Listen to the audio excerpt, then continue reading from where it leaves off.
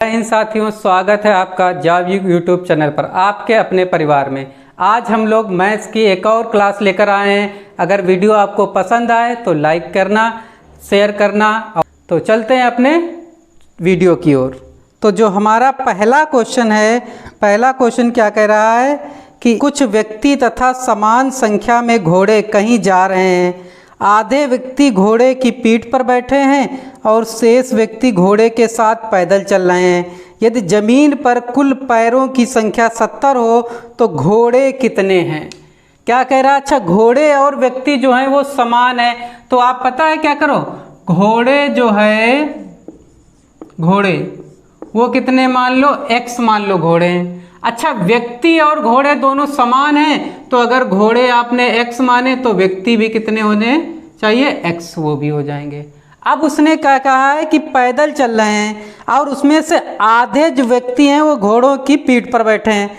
कह रहा शेष व्यक्ति घोड़ों के साथ पैदल चल रहे हैं। यदि जमीन पर कुल, क्या कहा है, जमीन पर। अच्छा, जमीन पर पैर किसके होंगे? घोड़ों के होंगे, और जो पैदल आदमी चल रहे होंगे।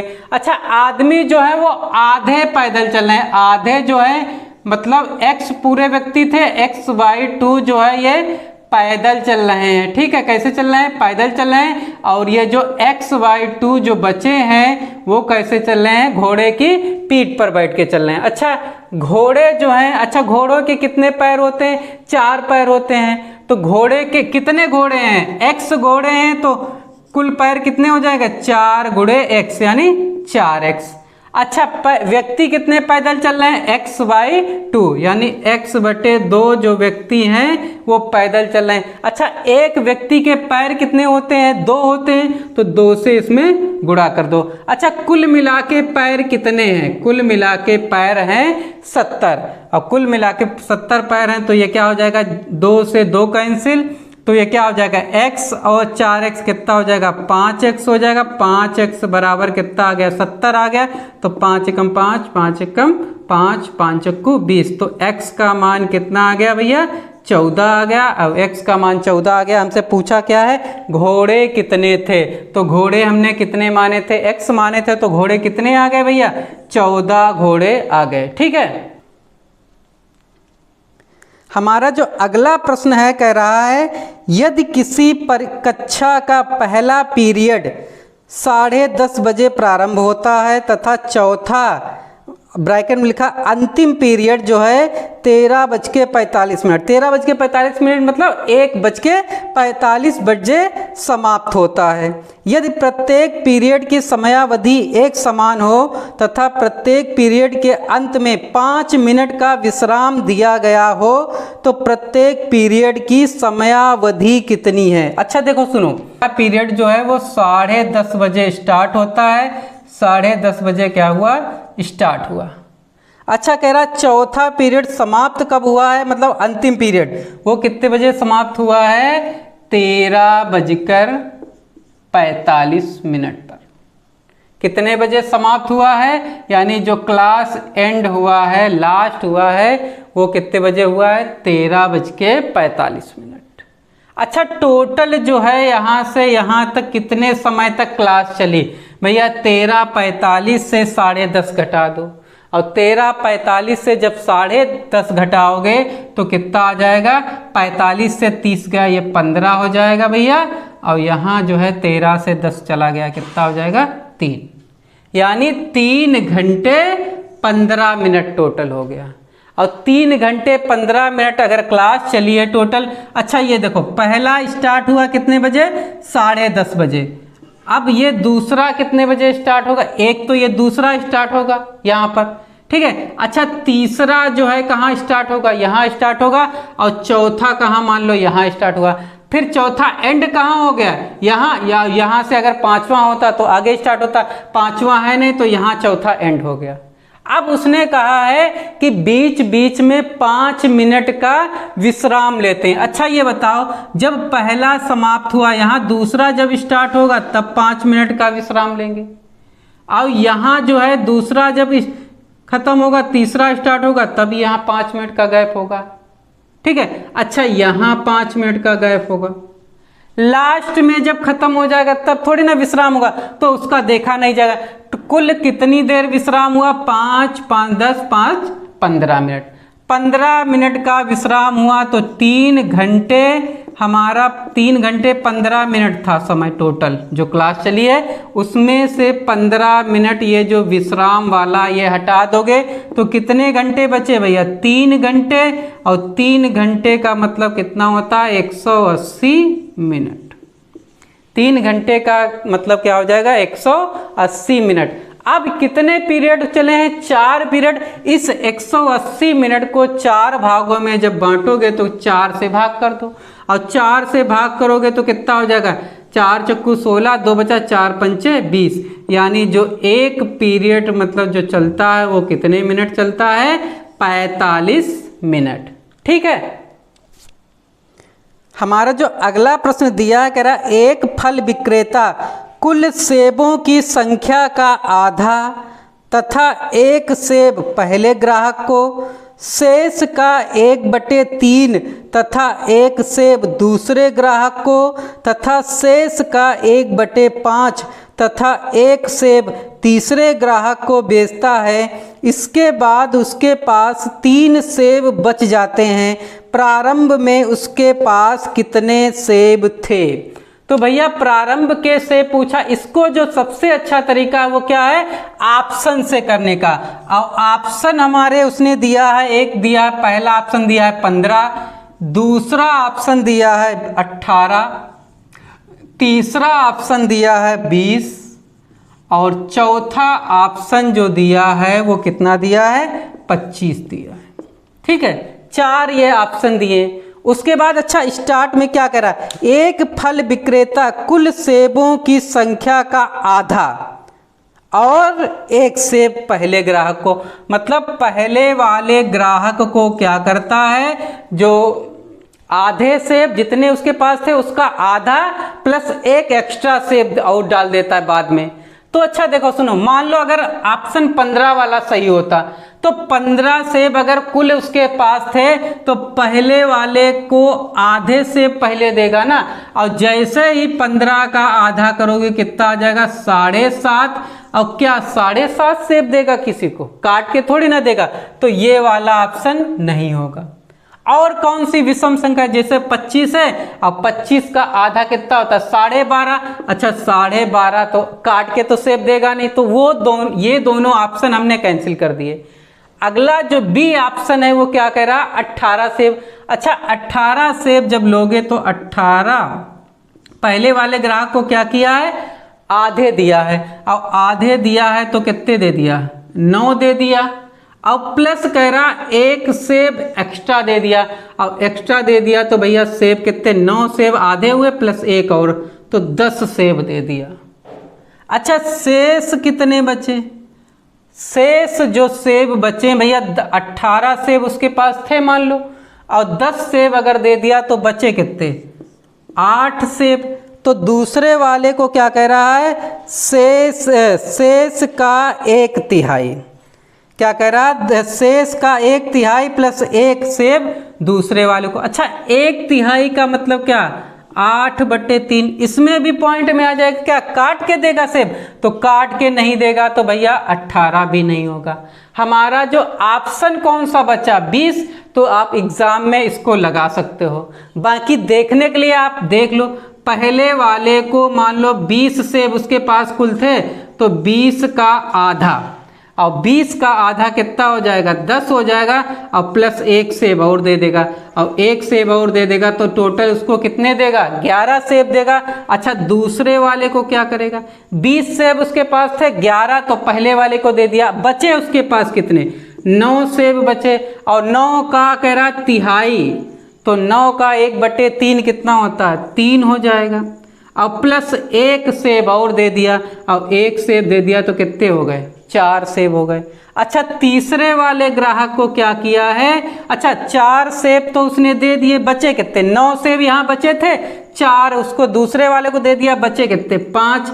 अब 5 का कह रहा 1/5 भाग जो है तीसरे वाले को दिया है, प्लस एक सेब और दिया है, तो ये कितना हो जाएगा? 5 × 5 अब ये कितना, एक कमी एक ये हो जाएगा, एक और एक कितना हो जाएगा, 2 सेब। यानी तीसरे वाले को कितने सेब दे दिया, 2 सेब दे दिया। तो टोटल कितने सेब दे दिया, 11 सेब इनको दिया था, 4 सेब इनको दिया था और 2 सेब इनको। तो 11 और 4 15 और 3 15 और 2 कितना हो जाएगा, 17 सेब यानी तीनों लोगों को दे दिया। और उसने कहा था कि 3 सेब जो हैं वो बच जाते हैं। अब बताओ 20 सेब हमने माना था, 3 सेब बचे या नहीं बचे, बच गए ना। तो हमारा जो ऑप्शन हो जाएगा वो कौन सा हो जाएगा, ऑप्शन नंबर सी। ठीक है।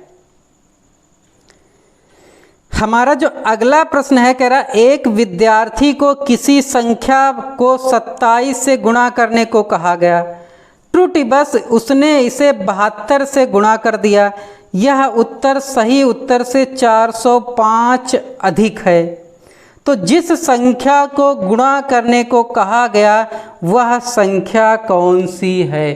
तो पता है सबसे जो आसान होगा तो वह संख्या जो हम लोग मानेंगे वो क्या मानेंगे भैया, 1 मान लेंगे। संख्या कौन सी मान लेंगे, 1। अब कहा क्या गया था, 27 से गुणा करना था। मान लो ये संख्या थी, एक संख्या थी, इसमें 27 से गुणा करना था। अब उसने किया क्या, उस 1 में 27 से गुणा नहीं किया, अब 72 से गुणा कर दिया।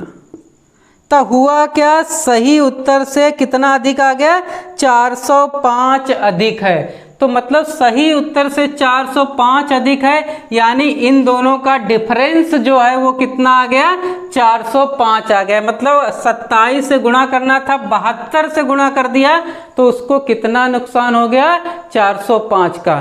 तो 405 ये बराबर हो जाएगा। तो 27 से कम 27, ये 72 कम 72, 72 से 27 जाएगा, कितना बचेगा भैया, 72 से 27 जाएगा, कितना बचेगा, 45। तो ये 45 अनुपात बराबर कितना दिया है, 405। अब 45 अनुपात बराबर 405 है, तो 45 से काट दो सीधे, आप 9 से भी काट सकते हो इसको सीधे। 45 नेमा कितना होता है, 405।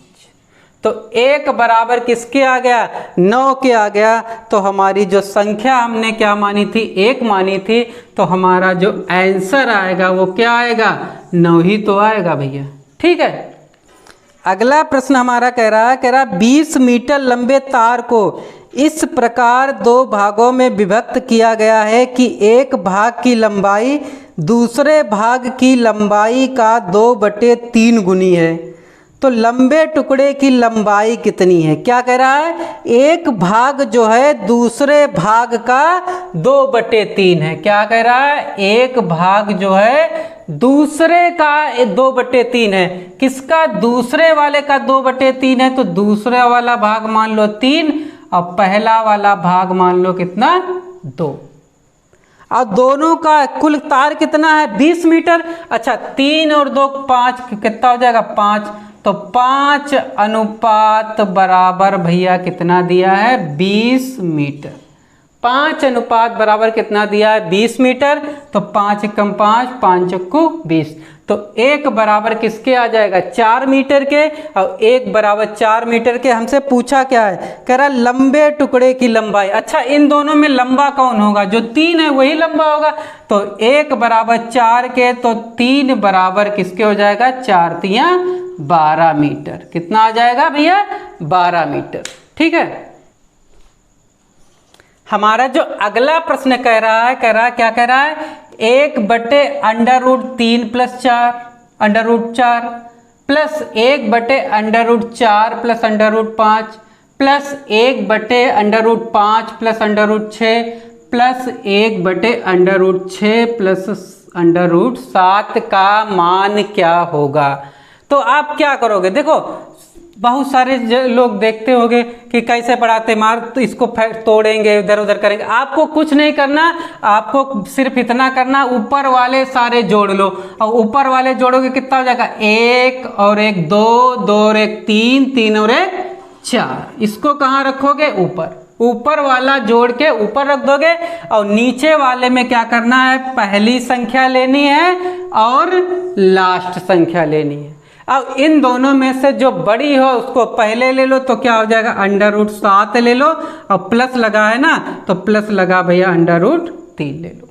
ठीक है। अच्छा ऑप्शन जो है वो उसमें दिए नहीं है, आप क्या करोगे भैया, क्या करोगे, इसका परिमेयकरण कर दोगे। अब परिमेयकरण करोगे तो क्या हो जाएगा √7 प्लस √3 है, प्लस लगा है तो आप क्या करोगे माइनस से गुणा कर दोगे। क्या करोगे, ये माइनस से इसको गुणा कर दिया।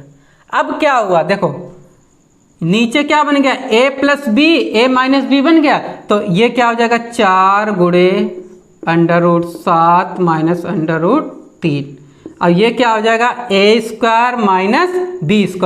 अब a² माइनस b² यानी √7 का स्क्वायर कितना होगा 7 होगा, √3 का स्क्वायर कितना हो जाएगा 3 हो जाएगा। तो 7 में से 3 गया, कितना बचा 4, इस वाले 4 से ये 4 कैंसिल, तो हमारा जो आंसर आ गया वो कितना आ गया √7 और क्या माइनस √3। ठीक है।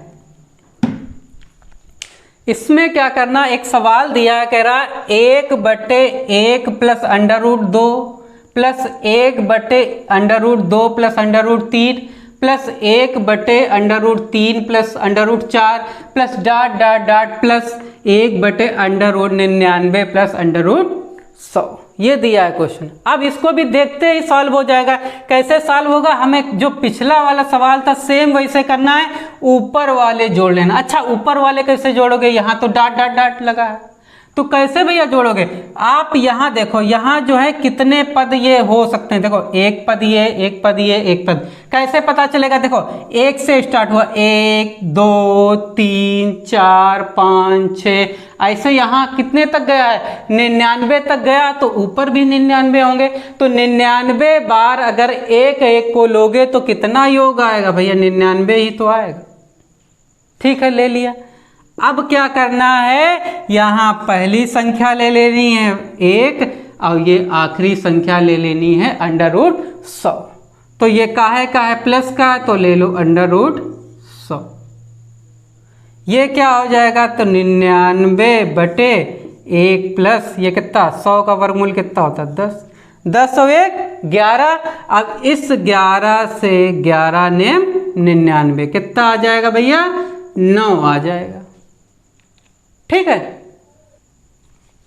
अगला जो हमारा प्रश्न है वो क्या कह रहा है, 1/√100 minus √99 minus 1/√99 minus √97 plus dot dot dot ये दिया है। ठीक है, इसको भी क्या करना है, सबसे पहले ऊपर वाले सबको जोड़ लेना है। और ऊपर वाले सबको जोड़ोगे भैया, कैसे जोड़ोगे, तो 1 1 1 ऐसे सबके साथ, जैसे 100 के साथ 1 है, 99 के साथ 1 है, 98 के साथ ऐसे 1 1 सबके साथ है, 2 के साथ भी 1 है।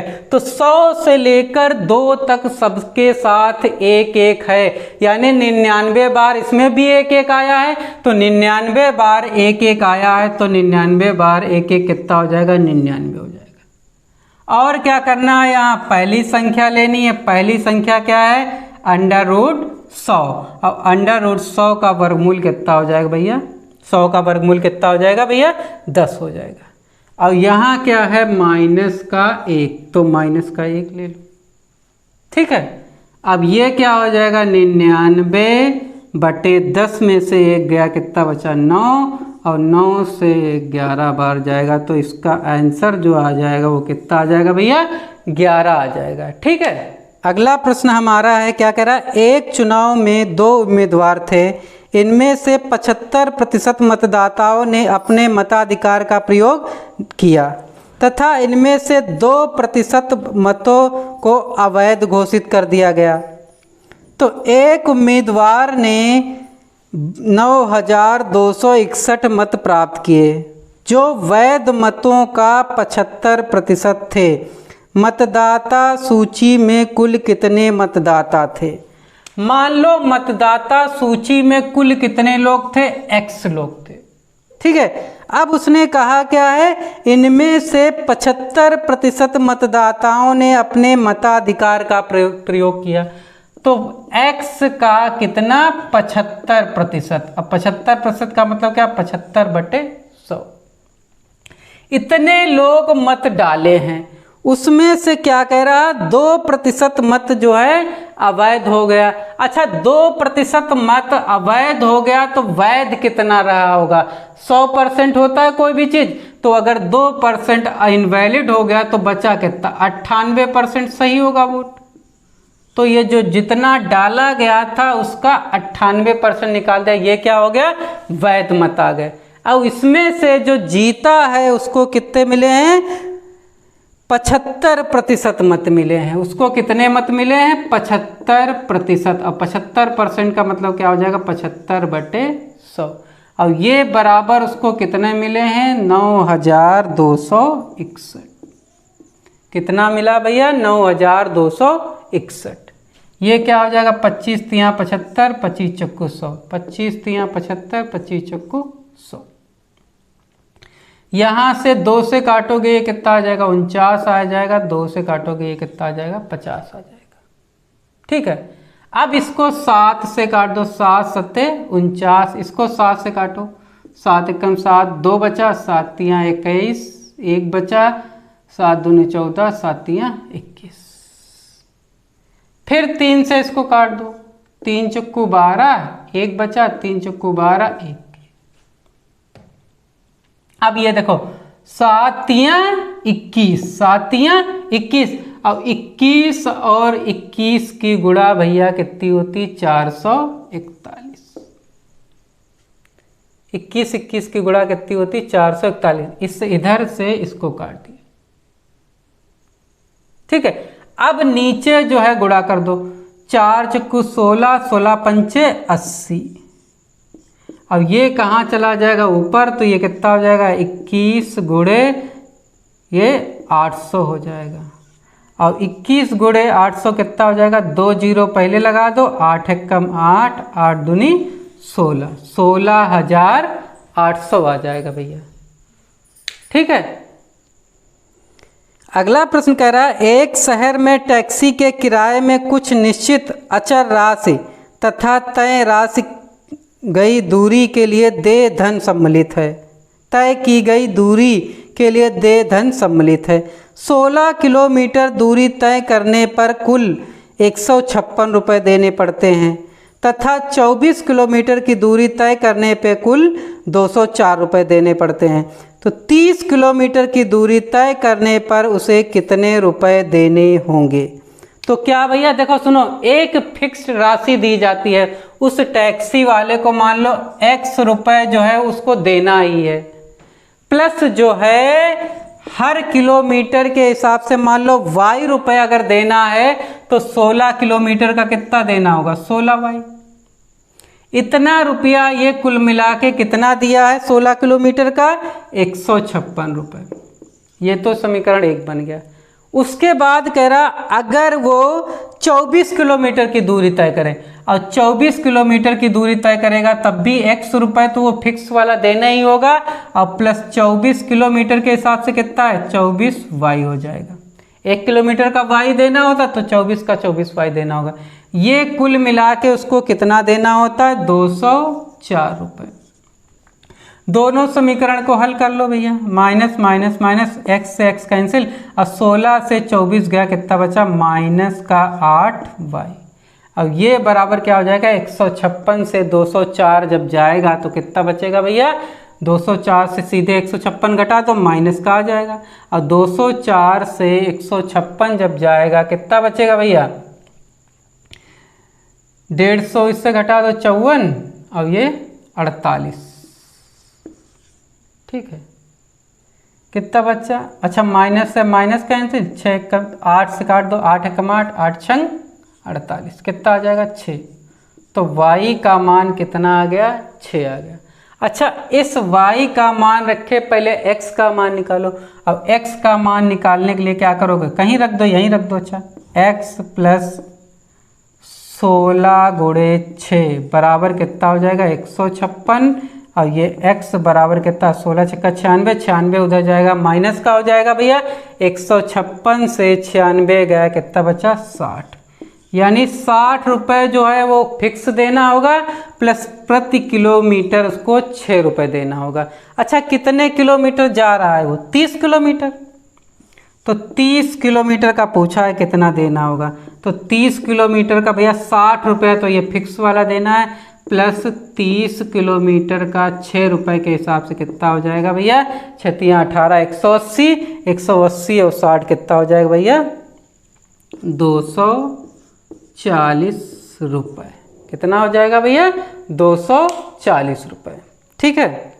अगला प्रश्न हमारा क्या कह रहा है? एक व्यक्ति ने वेतनमान 8,325 डैश 50 डैश 9,275 डैश 75 डैश 10,660 में नौकरी का पदभार संभाला।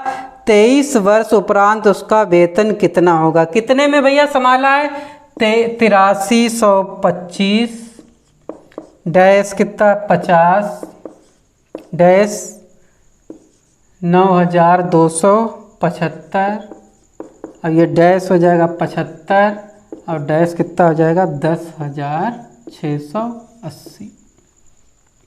कैसे निकालोगे? अच्छा देखो, मान लो उसको जो है 50 रुपये यहाँ ये दिया है, हर साल बढ़ रहा है, तो मान लो x सालों बाद जो है वो इतना हो गया। तो x सालों के बाद पहले उसका वेतन कितना था? 8325 था, और हर साल ये जो है 50-50 बढ़ता है, तो x सालों में कितना बढ़ जाएगा? 50x, और ये बराबर कितना हो जाता है? 9,275। उधर जाएगा माइनस का हो जाएगा भैया, तो ये कितना हो जाएगा? 50x बराबर कितना हो जाएगा? उधर माइनस का हो जाएगा, अब माइनस का हो जाएगा 5 में से 5 गया 0 और 7 से 2 गया 5, और यहाँ कितना हुआ? इधर से हासिल लिया 12, 12 में से 3 गया 9। तो 0 से 0 कैंसिल, 5 से इसको काट दो, 5 कम 5, 5 में 45। तो x बराबर कितना आ गया? 19 आ गया। यानी 19x का मान कितना आ गया? 19। तो हमने कितने 19 वर्ष बाद जो है वो कितना हो जाता है? 9,275 रुपये। तो अगर 19 वर्ष बाद इतना हो गया, हमसे पूछा कब है? 23 वर्ष बाद। तो 19 वर्ष बाद अगर हमसे कितना, 19 वर्ष के बाद कितना हो गया है? 9,275 हो गया है। 23 वर्ष बाद पूछा है, तो भैया 4 वर्ष और होना चाहिए। ठीक है, और 4 वर्ष बाद कितना भैया? अभी कितना, मान लो 19 वर्ष बाद कितना है? 9,275 है। अच्छा, 4 वर्ष, 23 वर्ष बाद पूछा है, तो हर साल यहाँ जो है वो कितना बढ़ रहा है? 75 बढ़ रहा है, और 4 साल में कितना हो जाएगा? 75 गुणे 4 बढ़ जाएगा। तो 75 गुणे 4 कितना होता है? 300। तो 9,275 प्लस 300 बराबर कितना हो जाएगा? 9,575 रुपये। तो यानी हमसे पूछा क्या है कि 23 वर्ष उपरांत उसका कितना वेतन होगा भैया? तो कितना हो जाएगा? 9,575 रुपये। ठीक है।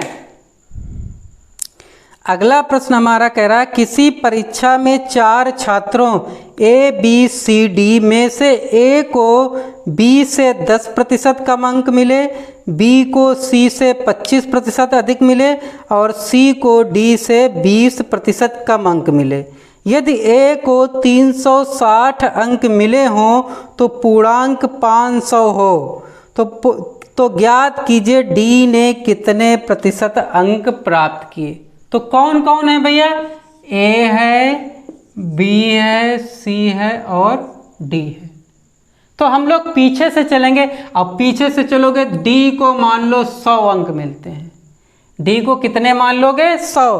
अब C को क्या करा? C को D से 20% कम, और 20% कम यानी 100 का 20% कितना होता है? 20 होता है, और इससे 20 कम यानी कितना? 20% कम यानी कितना मिलेगा? 80 मिलेगा। अब आते हैं B पर, और B को C से 25% अधिक। अच्छा, इससे 25% अधिक, 80 का 25%, और 80 का 25% भैया कितना हो जाएगा, 25 कम 25 चक्कू 100, ये 20 अंक ज़्यादा मिले। और 20 अंक ज़्यादा मिले यानी कितने मिले, बी को 100 मिले। और क्या कहा, ए को बी से 10% कम मिले।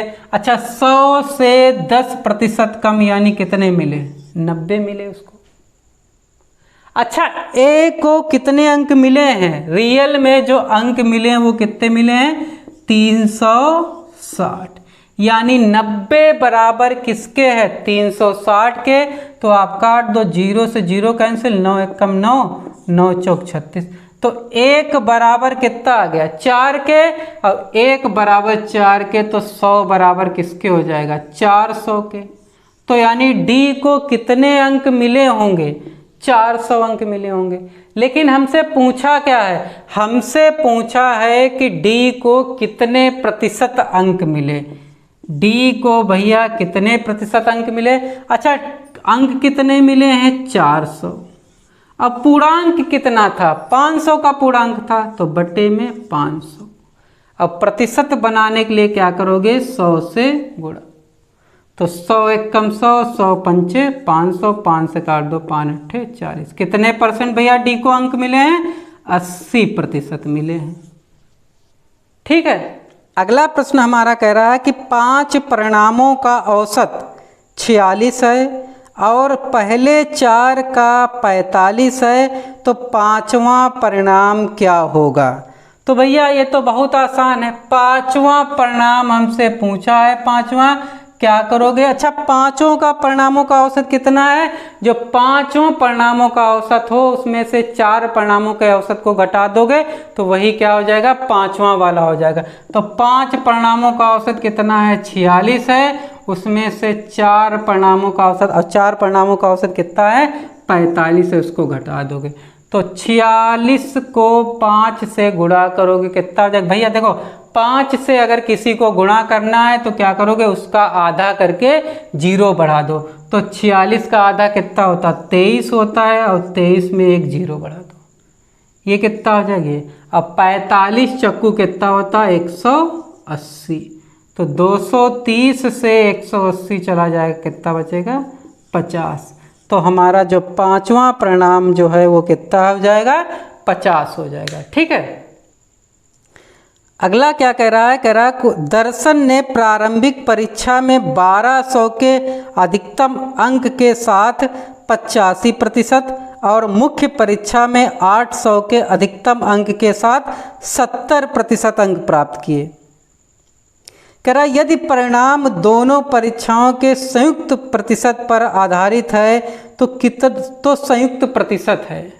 तो सबसे पहले जो है कुल अंक निकाल लो, कितने अंक पाया है, और कुल अंक जो पाया है भैया, पहला वाला पेपर कितना था, 1200 था, पहला पेपर 1200 का था, उसमें कितने परसेंट पाया है, 85%।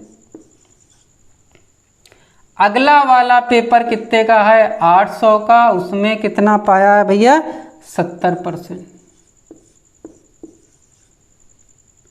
2 0 से 2 0 कैंसिल, यहाँ 2 0 से 2 0 कैंसिल, ये 12 पंचे 60, 12 अट्ठे 96, और 6 कितना हो जाएगा भैया, 102, प्लस 7 अट्ठे 56, 560 जोड़ दो भैया।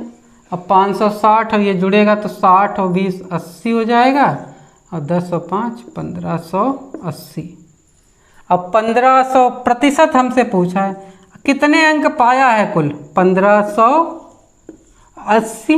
कितने में से, 1200 का ये था, 800 का ये था, 12 वाट कितना होता है, 20 होता है, तो यानी 2000 का पेपर हो गया कुल। अब प्रतिशत बनाने के लिए क्या किया जाता है, 100 से गुणा। तो 2 0 से 2 0 कैंसिल, 0 से 0 कैंसिल, 2 से काट दो, 2 7 14, 2 9 18, तो कितना आ जाएगा, 79%। कितना आ जाएगा, 79%। ठीक है, हमारा जो अगला प्रश्न कह रहा है, कह रहा है 3/4 plus 5/36 plus 7/144 plus ... plus 17/5184 plus 19/8100।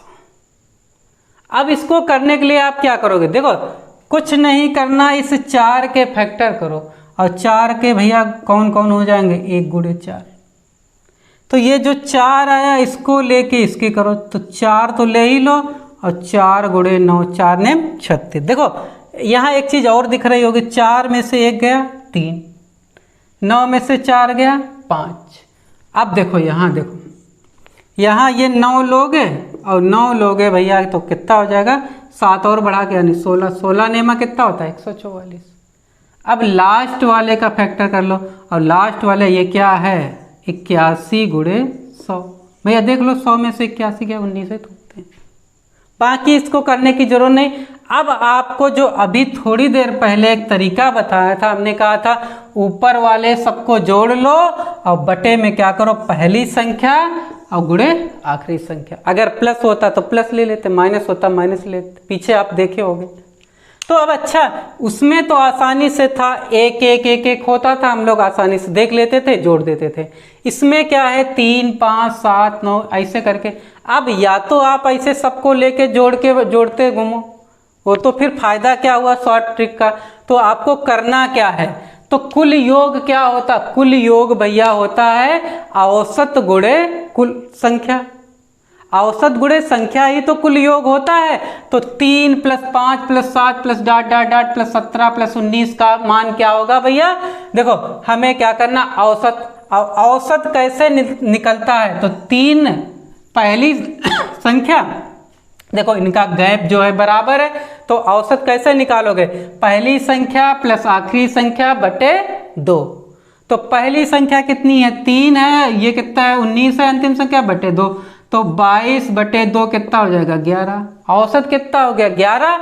और भैया कितनी संख्याएं हुई औसत में ही तो गुणा करना है जितनी संख्याएं कैसे निकालोगे भैया, देखो क्या करोगे, अब गिनोगे तो हो नहीं, आप क्या करोगे कैसे, अच्छा 1 भी होती है, अगर 1 3 5 7 9 11 19 तक ऐसे होती, तो अच्छा 1 से लेकर 20 तक कितनी विषम संख्याएं होती हैं, तो आधी संख्याएं विषम होती हैं, आधी सम होती हैं, तो 10 संख्याएं होती हैं भैया। सब कितनी होती हैं, 10 संख्याएं विषम होती हैं, और उसमें से 1 तो है नहीं, तो 1 कम कर दो, तो कितनी संख्याएं हैं 9 संख्याएं हैं। तो इनका योग कैसे निकालोगे, औसत 11 है और संख्याएं कितनी हैं 9 हैं, तो 11 ने 99, तो इनका कुल योग कितना आ गया 99।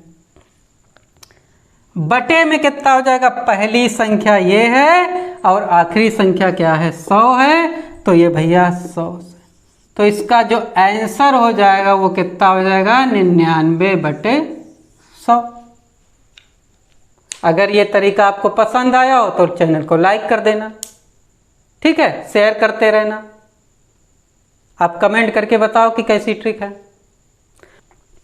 हमारा जो अगला प्रश्न कह रहा है 2 की घात 50 का दुगना कितना होगा।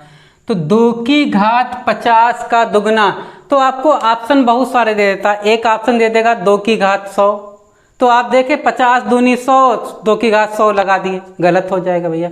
तो 2 की घात 50 का दुगना कैसे निकालोगे भैया, 2 से गुणा करके तो दुगना निकाला जाता है, और 2 से अच्छा गुणा किए तो अगर कोई घात नहीं तो घात कितनी होगी 1 होगी। और गुणा में अगर आधार समान है, और आधार समान है, गुणा में घातें क्या होती हैं जुड़ती हैं, तो कितना हो जाएगा 2 की पावर कितना हो जाएगा 50 और 1 51, कितना हो जाएगा भैया 2 की पावर 51। तो आज के लिए इतना ही। अगर चैनल पर नए हैं तो चैनल को सब्सक्राइब कर लेना, शेयर कर देना, और मिलते हैं अगले वीडियो में।